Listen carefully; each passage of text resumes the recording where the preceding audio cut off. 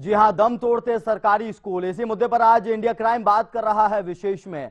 तो दम तोड़ते सरकारी स्कूलों की हकीकत हमने आपको दिखाया कि कैसे आज शिक्षा व्यवस्था लचर होती जा रही है। चलिए अब आपको दिखाते हैं वो आंकड़े, जो आंकड़े आए हैं हमारे सामने। इंडिया क्राइम आपके सामने कुछ आंकड़े रख रहा है। एनुअल स्टेटस ऑफ एजुकेशन की एक रिपोर्ट सामने आई है, जिसमें बताया गया 9 जनपदों के 250 गांवों का सर्वे हुआ है। 5092 परिवारोरों में यह सर्वे किया गया और इसमें सब कुछ निकलकर सामने आया कि स्कूलों में शिक्षा का मतलब सिर्फ मिड डे मील है। 8वीं कक्षा के 19% बच्चे दूसरी कक्षा का पाठ पढ़ने में सक्षम नहीं है। 65% बच्चे गणित में भाग को हल नहीं कर पाते। तीसरी कक्षा के 70% से अधिक बच्चों को बहुत सारे आंकड़े सामने निकल कर आए हैं और ये सारे आंकड़े बताते हैं कि शिक्षा व्यवस्था किस तरीके से लचर है। शिक्षा व्यवस्था किस तरीके से लचर होती जा रही है देश में, ये सब कुछ ये आंकड़े बताते हैं। और इसके लिए जिम्मेदार कौन है, आज सवाल इंडिया क्राइम यही पूछ रहा है, यही पूछना चाह रहा है इंडिया क्राइम कि आखिरकार ऐसे कैसे पढ़ेगा इंडिया, ऐसे कैसे बढ़ेगा इंडिया। कि क्या इस तरीके से हम देश में हर किसी को शिक्षित कर पाएंगे? क्या इस तरीके से हम देश में अच्छे होनहारों को देश की तरक्की के लिए खड़ा कर पाएंगे? तमाम सवाल हैं, जिन सवालों के जवाब आज जनता देगी। विशेष में आज इंडिया क्राइम तमाम सवाल पूछ रहा है, उन सवालों के जवाब जनता देगी। और सबसे बड़ी बात यह है कि सरकार को इस पूरे मामले में गंभीरता से लेना होगा, इसे समझना होगा कि बच्चों की जो शिक्षा व्यवस्था है उसे दुरुस्त करने की जरूरत है।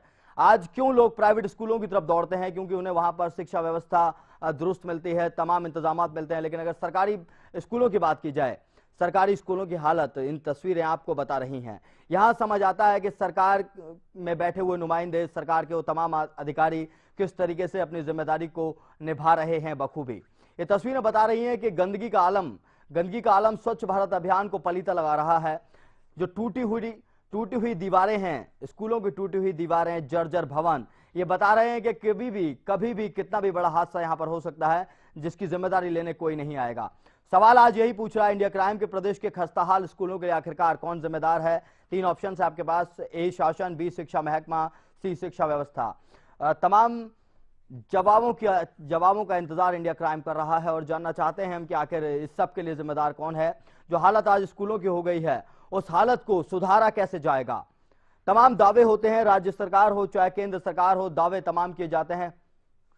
इस पूरी खबर पर सबसे पहले बात करेंगे, हमारे साथ है हमारे संवाददाता सलमान मलिक रुड़की से। सलमान, ये तस्वीरें हमने दिखाई स्कूलों की। रुड़की को एजुकेशन का हब कहा जाता है, पढ़ाई का गढ़ कहा जाता है, लेकिन रुड़की के सरकारी स्कूलों की ये हालत है। इसके लिए किसे जिम्मेदार मानते हैं आप?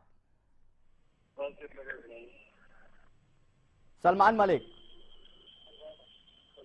सलमान, इंडिया क्राइम ने जाकर देखने की कोशिश की, तमाम स्कूलों की तह तक आप गए, आपने वहां पर जाकर देखा, तो आपने वहां पर जाकर क्या कुछ देखा, क्या कुछ आपको समझ आया स्कूलों को लेकर? देखिए नकुल, जिस तरीके से प्रदेश सरकार लगातार दावे कर रही थी कि जो शिक्षा का स्तर उसे बढ़ाया जाएगा और करोड़ों रुपए हर साल खर्च किए जाते हैं, लेकिन जिस तरीके से जो ये गांव में एक स्कूल है और इसकी हालत इतनी बदहाल है कि यहाँ पर जो गंदगी के ढेर है वो आप साफ दिखाई दे रहे हैं। और जो ग्रामीण है उनका भी यही कहना है कि जो ये जिस तरीके से यहाँ पे जो गंदगी के ढेर डाले जा रहे हैं, इसकी शिकायतें लगातार आला अधिकारी से की जाती रही, शिक्षा विभाग से करते रहे, सरकार के नुमाइंदों से करते रहे, लेकिन आज तक भी कोई हल नहीं हो पाया है।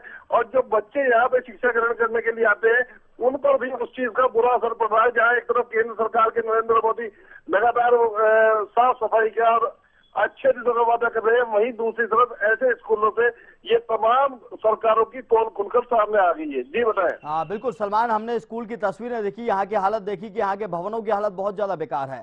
अगर हम बात करने बैठे हैं एक प्राइवेट स्कूल की और एक सरकारी स्कूल की, तो काफी अंतर हमें नजर आता है। लेकिन अगर वहीं बात करें फंड्स की, तो फंड मेरे ख्याल में जो सरकारी स्कूल को फंड मिलता होगा उससे कम में एक प्राइवेट स्कूल को सही तरीके से संचालित किया जाता होगा।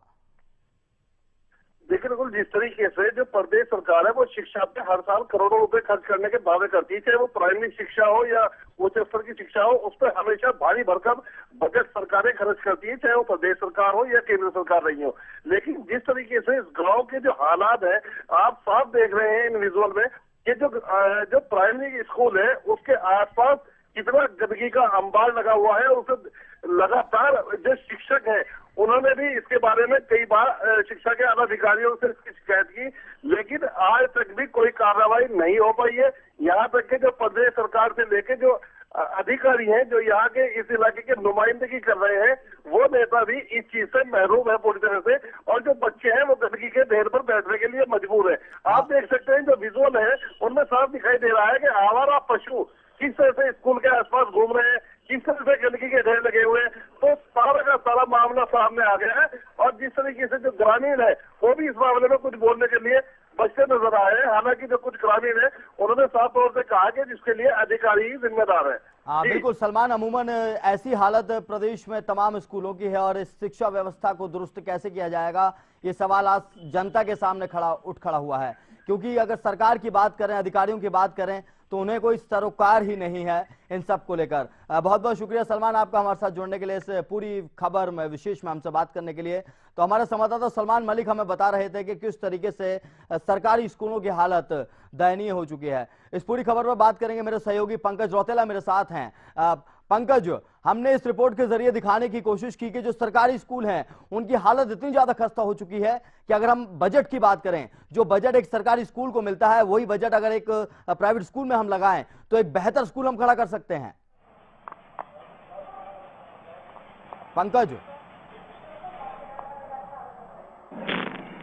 शायद तकनीकी दिक्कतें आ रही हैं, पंकज से हमारा संपर्क टूट गया है। लेकिन आज सवाल इंडिया क्राइम यही पूछ रहा है कि प्रदेश के खस्ताहाल स्कूलों के लिए आखिरकार कौन जिम्मेदार है।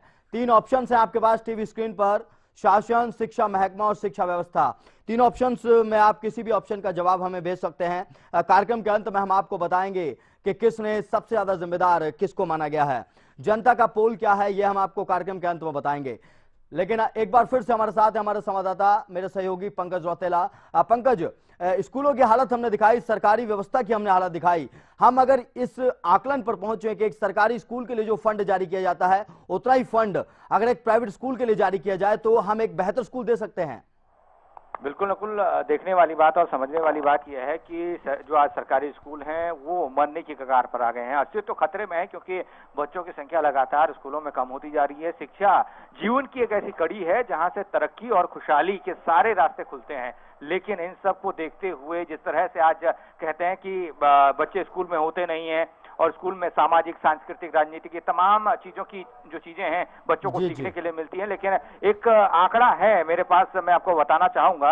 एनुअल रिपोर्ट है ये एजुकेशन की, और ये हाल ही में आई है। सूबे के 9 जनपद ऐसे हैं नकुल, क्योंकि 13 जनपद हैं और काफी छोटा सा प्रदेश उत्तराखंड है, लेकिन 9 जनपदों के 250 गांव के 5092 परिवारों में ये सर्वे किया गया है। और इस सर्वे बताता है कि जो बच्चे हैं वो सिर्फ और सिर्फ मिड डे मील के लिए, दाल भात छकने के लिए स्कूल जाते हैं, खाने के लिए स्कूल जाते हैं। और एक विडंबना है इस प्रदेश की, क्योंकि देवभूमि से कहा जाता है और तमाम शिक्षा के बड़े बड़े संस्थान यहाँ पर हैं। रुड़की, जिस तरीके से जहां रुड़की का जिक्र आप कर रहे हैं, रुड़की का जिक्र आज इंडिया क्राइम कर रहा है, क्योंकि शिक्षा का हब इसे कहा जाता है। और शिक्षा, कई लोग यहाँ से निकलकर, IIT से निकलकर देश में अपनी सेवाएं दे रहे हैं। लेकिन दुर्भाग्य की बात यह है कि यह आंकड़ा बताता है कि जिस तरीके से 8वीं कक्षा के 15% बच्चे ऐसे हैं जो दूसरी कक्षा का पाठ पढ़ने में भी सक्षम नहीं है, और जो 65% बच्चे हैं नकुल, समझने वाली बात है, जो गणित में भाग के सवाल नहीं कर सकते हैं, जबकि तीसरी कक्षा के 70% बच्चे ऐसे हैं, उससे ज्यादा, जो साधारण घटाने के सवालों का ज्ञान उनको नहीं है। तो ये समझने वाली बात है कि किस तरीके से मोटी तनख्वाह वाले शिक्षक इनको जरूर पढ़ा रहे हैं। और हालांकि जब हम बात करते हैं मैदानी इलाकों की, जब हम बात करते हैं पहाड़ी इलाकों की, तो मैदानी इलाकों में तो थोड़ा बहुत डर है उन शिक्षकों को, उन जिम्मेदार लोगों को लगता है। लेकिन जब जिक्र होता है पहाड़ी इलाकों का, और हम जानते हैं 75% जनता जो प्रदेश की जनता है वो गाँव में निवास करती है, बच्चे वहां पर पढ़ते हैं। लेकिन कोई भी शिक्षक जिस तरीके से डॉक्टर पहाड़ करना नहीं चाहता, वैसे ही कोई भी शिक्षक भी पहाड़ करना नहीं चाहता। पंकज, एक बुनियादी सवाल उठ खड़ा होता है, अगर हम सरकारी व्यवस्था की बात करें, सिर्फ वो शिक्षा व्यवस्था नहीं, हम तमाम सरकारी व्यवस्थाओं की बात करें और वहीं दूसरी तरफ प्राइवेट व्यवस्थाओं की बात करें, तो एक काफी लंबा अंतर हमें दिखाई देता है।